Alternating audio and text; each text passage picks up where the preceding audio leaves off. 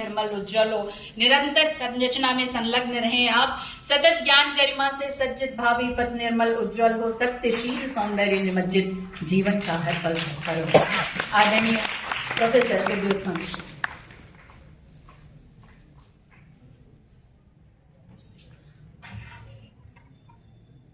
सम्मानित मंच एवं सामने उपस्थित सभी साहित्य प्रेमियों को प्रणाम करके मैं कुछ अपने विचारों को व्यक्त करना चाहूँगी। अगले सत्र में नाटकों पर मुझे बोलना ही है। बड़ी प्रसन्नता हुई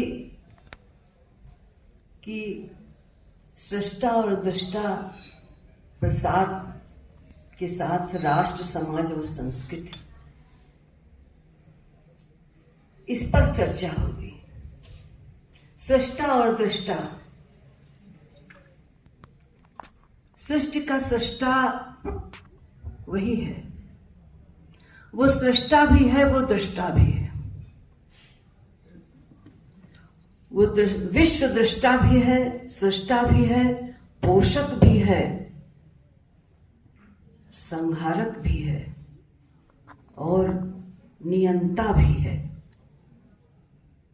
लेकिन उसकी सत्ता का सिर्फ एहसास होता है। जिसका एहसास होता है उसके हम पीछे दौड़ते हैं। रहता है यही प्रेम का, अनुसंधान का, चिंतन का, दर्शन का, संस्कृति का रहस्य है।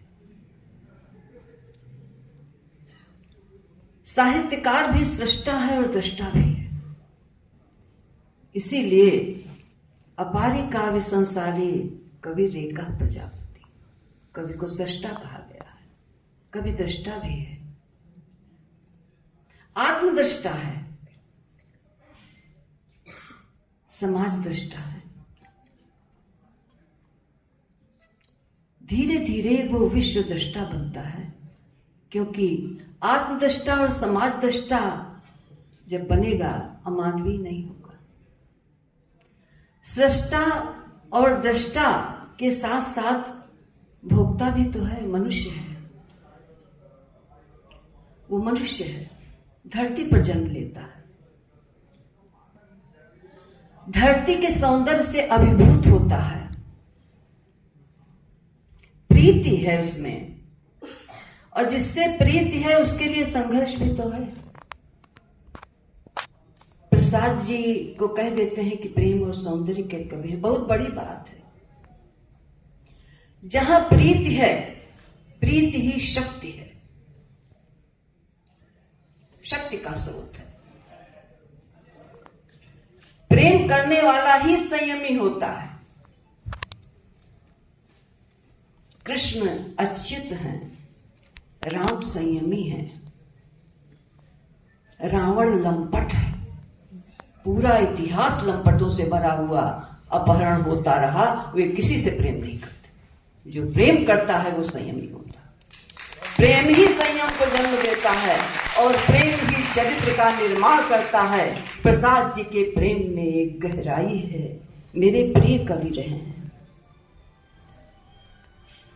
तुलसीदास और प्रसाद, और कृष्ण भक्त मेरे प्रिय कवि रहे हैं। प्रियता में पक्षपात हो जाता है, ये मेरी कमजोरी हो सकती है, लेकिन वही भावात्मक कमजोरी जीवन का सौंदर्य बनती है।